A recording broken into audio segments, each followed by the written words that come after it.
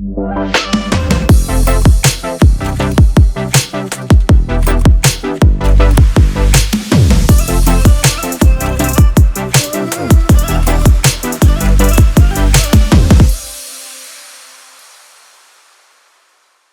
your girl, Princess, and thank you for joining us for another episode of CEO Confessions, where we have the no-fluff conversation on what it really takes to become an entrepreneur.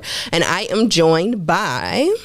Michelle. Nicki, no Minaj. Yes. And Kaillez. Ooh, ladies, so right now we're going to discuss relationships, whether that to do with family or friends or business relationships. What are major sacrifices that you all have made to, like, if you needed to make something happen for your business that day? What was some sacrifices that you had to do? Like, kid might not be able to come first today. Husband might not be able to come first today. I make sacrifices every single day, I feel like. Just to think back to a situation, I had to miss one of my daughter's basketball games for work. And it was kind of sad because I really love watching my daughter play basketball, but I had to be away and I had to miss her game. But it was a sacrifice that I had to make to continue to leverage my business. And I explained that to her. I'm at every single game. Like, I build my schedule around being able to go to her games. But this particular time, I just had to do something. So that was one recent time that I can remember. But there's so many sacrifices that I've made. I'm sure we'll talk more about that. Yes. But. Okay. It's like my turn. So, yeah, I was going to say there's so many different sacrifices, and sacrificing comes along with the territory of being an entrepreneur. I think maybe one of the benefits is that you can kind of maneuver your schedule a little bit in order so that it's not a big sacrifice to maybe it becomes a smaller sacrifice.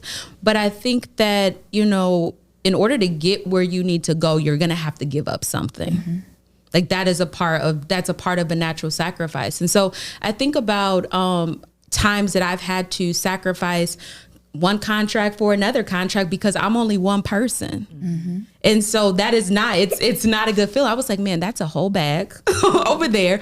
But in the same sense, I'm not sacrificing my health. I'm not going to sacrifice my mental health, my physical health. I'm not going to sacrifice certain aspects, of my life, because I'm like, this business can be here today and gone tomorrow, but my health, my family, my friends, they may not be. So I think there's a balance in sacrifice. Yeah, I 100% agree. I was going to say some things are non-negotiable when it comes to sacrificing. Like you said, you had to sacrifice, your daughter's game, missing your daughter's game, or, like you said, you don't want to sacrifice your mental health, or maybe it's your religion or something like that. But if you want to be successful, at some point, there is going to come a time where you're going to have to sacrifice something. And I think going back to those relationships, if you have that foundation of good people that support you, perhaps they can help pick up in an area where you may have to drop the ball a little bit. Maybe so-and-so can go to the game for the kid instead, or maybe so-and-so can step in and make a meal instead. So if you have those relationships and a good foundation, those sacrifices shouldn't be that bad. That's good. How has being an entrepreneur affected your family life? My mom treat me like I'm Tommy off Martin. Tommy off Martin. Like, I don't have no job. Like, so that's so funny. Because a lot of people do though. She gets it now, but at first she was like, "Why are you here in the middle of the day? Why are you not in nobody's office? What are you doing?" Like, she be like, "You really have a job? How you go pay your bills?" Right, and that's exactly. She be like, "Are your lights on?"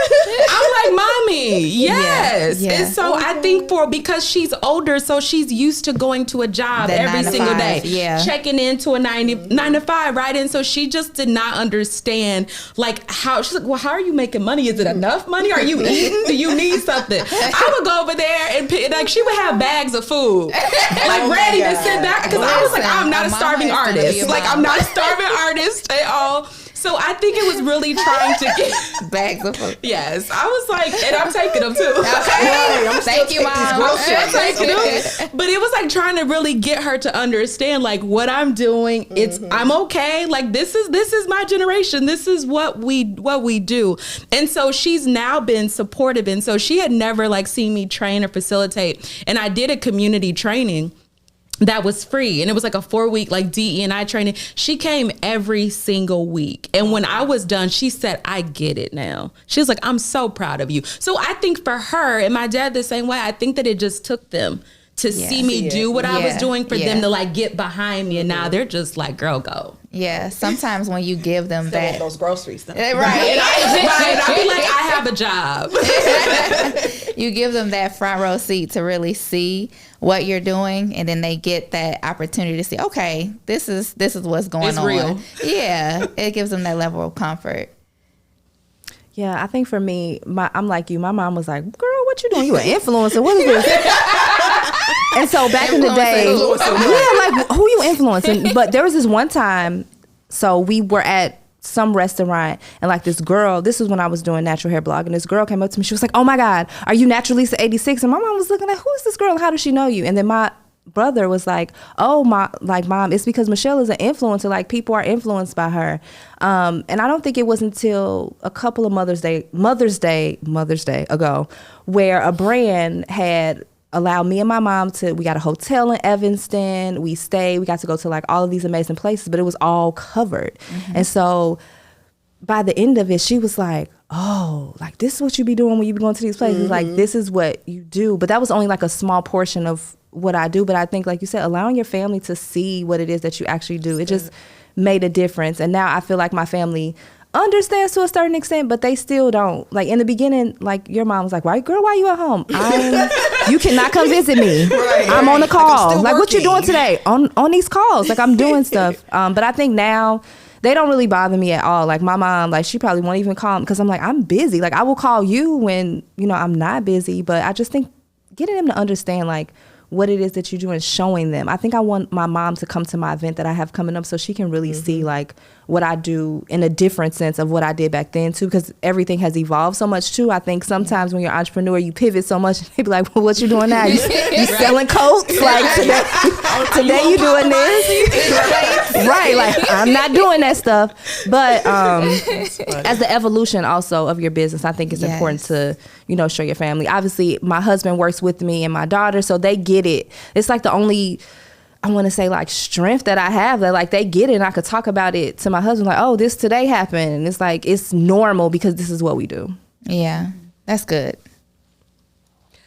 How do you make time for your kids, your husband, and your dating lives? It depends on your level, like your priorities. My baby comes first before myself even. So if it's something she needs or somewhere she has to be, even if it's someplace that I can't specifically take her, I'm facilitating that ride, or I'm facilitating, my dad or my mom to come get her and take her to where she needs to be. Prioritizing, honestly, like if this is something that's important to you or someone that's important to you, making sure that you see that all the way through.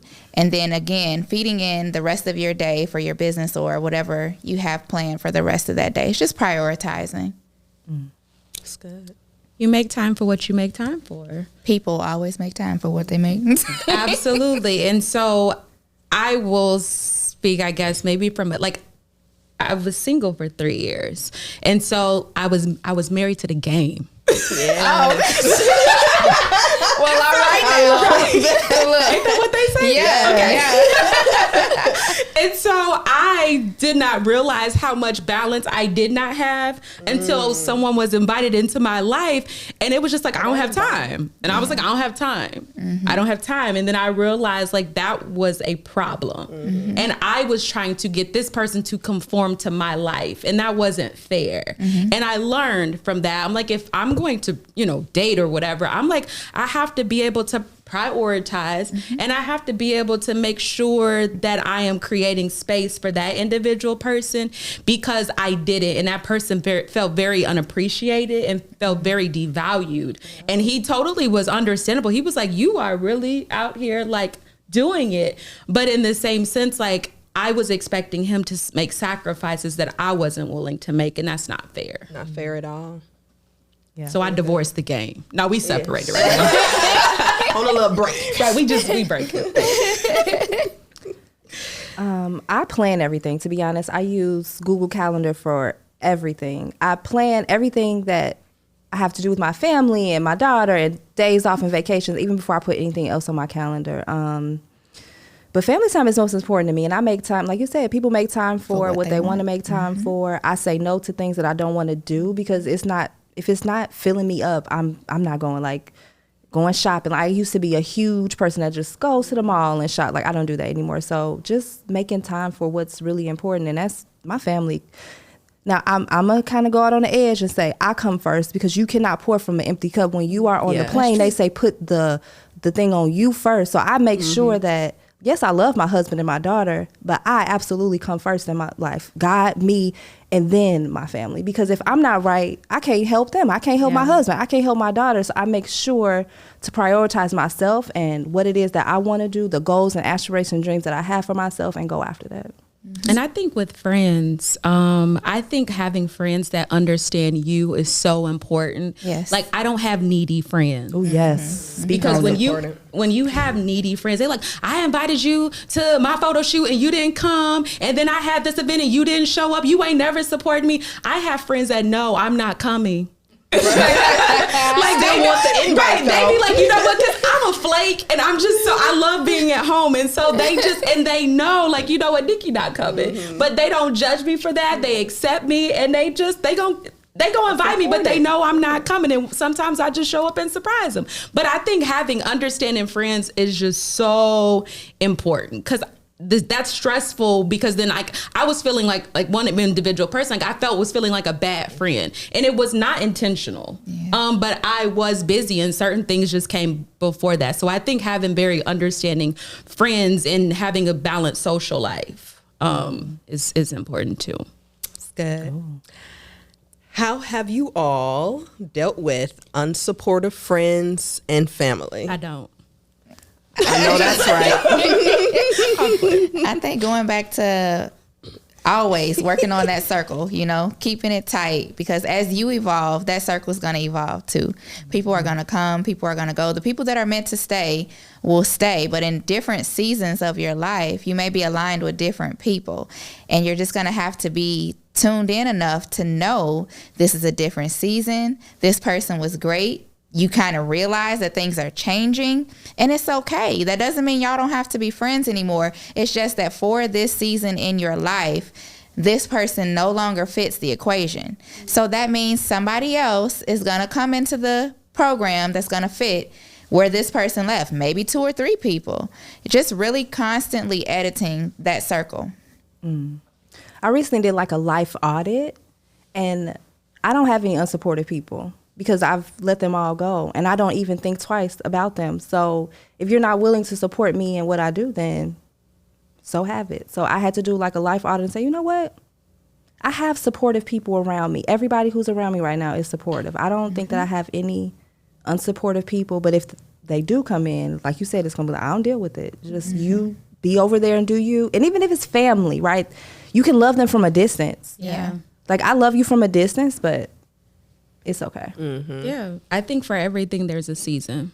Yeah. And I think recognizing people's seasons in your life and recognizing what role they play in a season can help you to determine and evaluate, is this person somebody that is a part of my life? I think as adults, we have to learn how to be able to say, you know what? We're not at odds. There's nothing, we're not cool like we used to be, but we're just not in the same place right now. I think we have to be able to be okay, and not take things so personal when it comes to people and where they are going within their life. Maybe we'll come back around and be closer friends again. Maybe we won't. But I try to recognize people's roles, and I try to recognize, like, what is it that I'm supposed to give to them, or what are they supposed to give to me? Like, what's this assignment in this season when it comes to this individual person? Some people are assignments and some people are distractions. And I think that trying to figure out these people that are unsupportive, to me, those are distractions.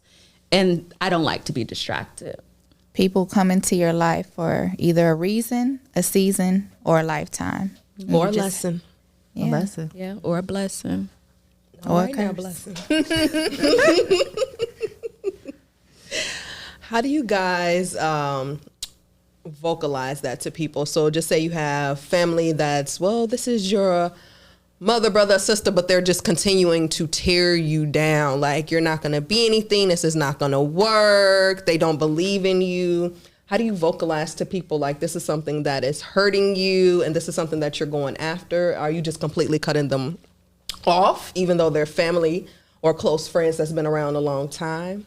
How do you guys vocalize that? I do think that you probably should cut them off because that's a draining energy that will continue. Even if it's your mama? Oh yeah. Listen, All I right know. now. I haven't cut my mama off because Brenda will be at the door. But I know friends that have had to cut their mom off because they were constantly being drained. Like, you know, her mother wasn't specifically feeding into her. She was a naysayer. She was someone who was constantly downing her, constantly putting her down. And I felt bad, but she ended up cutting her mom off. Now they're close now, but in that time in her life, that was what she had to do. And I get it. Like, I see why, because that's distracting, as you said, for someone to be so close to you. And then they're constantly speaking, you know, condescendingly on you. That's going to drain you. It can creep in your mind. Now you might not believe in yourself because this is your mom. This is a prominent person that you believe in, that you love, that is doubting you and making you feel negatively about, you know, yourself. So you'll second guess yourself and feed into that. And before you know it, now you're in a whole state of depression, you know? So you got to cut them off because otherwise they'll drain you out. I can show you better than I could tell you. Yeah. And so, I mean, they can naysay, they can, you know, not agree, and they cannot feel like I'm going to make it and all those other things, but I can show you better than I can tell you. And I'm not on social media, but I'm not going to block you. I'm going to let you get a front row seat. Yes. You're going to get a front row seat. You're going to watch this whole table be prepared. Watch this greatness. Right. Yes. And so maybe what that will do is that they will have to change their language. Then they're going to have to change the way that they approach you. And some people will have to come and they will have to repent and say, you know what? I told you that you wasn't repent, going. yes. Yes, they're going to have to repent. Those words. Yeah. But they're going to have to come and say, you know what? I doubted you. I doubted you. I didn't think that you could. And you showed me. You showed me that, like, what you're good at. You showed me that you're talented. So sometimes you just got to make a believer out of people. How cautious are you guys for, like, allowing new people in your life? As in, you know, I'm kicking all these people out. Are you allowing new people to come in and replace? Or is it just like I'm keeping this circle small? I do believe in keeping the circle small, but again, still having that same conscientious mind to know, like, I'm receptive to good energy. You know, I'm not putting up a wall. This person has left my life. I am open to receiving new energy, fresh energy for this season of my life, but I have discernment. You know, I know this person is maybe they don't have good intentions. So no, I won't allow that person in my life. Or this person does have a good heart. I can see that. I can see her passion for what she's doing. I can connect with her in this way. So yeah, a level of discernment. I'm still pondering on. Still processing. I'm still processing that question. I would say, I think because I am just naturally introverted in general, my circle is already small. Yeah. So, makes sense.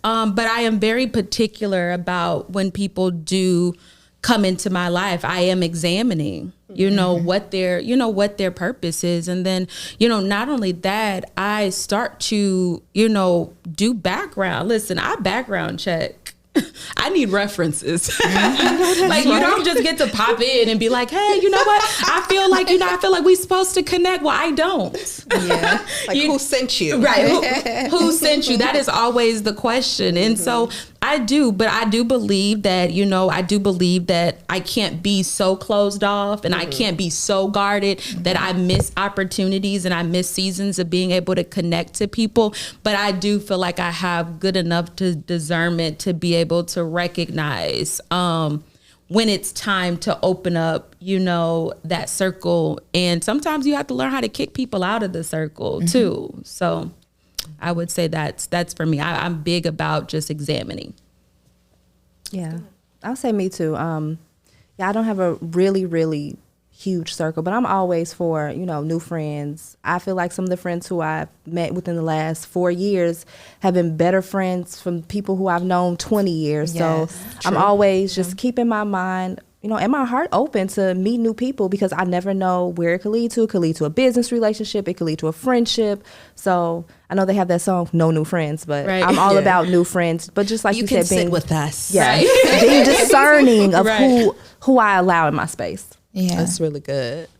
So what if someone is like down, depressed, and sad about it? Like, what is 1 ounce of advice you can give them to keep moving forward if they don't feel like they have the, community around them coming from family or friends, to just be uplifted and different things like that? Go find those people. Yeah. There's so many people on social media and everywhere that will be your friend. You don't even know these people. So I would say go seek and find those people. Or even at networking events in your area, they have this, the group, I think it's called like meetup.com or something. You can go on there and find people to meet up with. Like if that's really what you're trying to, develop relationships, I think those tools could be really great too. Yeah, there are a lot of platforms for people to link up with people who are interested in the same things. Like you said, Meetup was big. I don't know are they still around? I don't know. I signed up and knew I wasn't going. No, me too though. I didn't want to say nothing, but I didn't show up. It was impulsive. But there are groups on Facebook that, are specific to things people are interested in. You just got to go. And I find that when you do, like, the women are so like welcoming and hey girl, like, oh, hey girl. So they're, friendly. They want to meet people too. So once you get out and take that first step, you'll be received well. Don't be depressed or sad. Just get out there. And I think my question would be is that I think that someone should ask themselves, who are you doing this for? Mm-hmm. And why are you doing this? Because if you're doing it for just that particular reason, then you potentially are going to end up disappointed because people may not be as receptive to you the way that you would be as receptive, or they may not be as supportive to you as you would be supportive to them. And so I think it kind of goes back to your why. Like, why are you doing this in the first place? Are you trying to get followers? Are you trying to get friends? So I don't know. For me, I think that would be a place of evaluation. If it's making you sad and if it's making you depressed, is there something deeper that is there? Like, is there a place of you wanting to feel accepted and to feel validated and feel needed? So that, I don't know. I think that's a place of like some real deep self-reflection of figuring out why is that triggering me to feel sad or depressed. Yeah. All right, guys. This was another great gem-packed episode. I hope you guys took something away that you can start implementing in your day-to-day life or in your business. And we will see you on the next episode. You guys have a great one. Bye. Bye.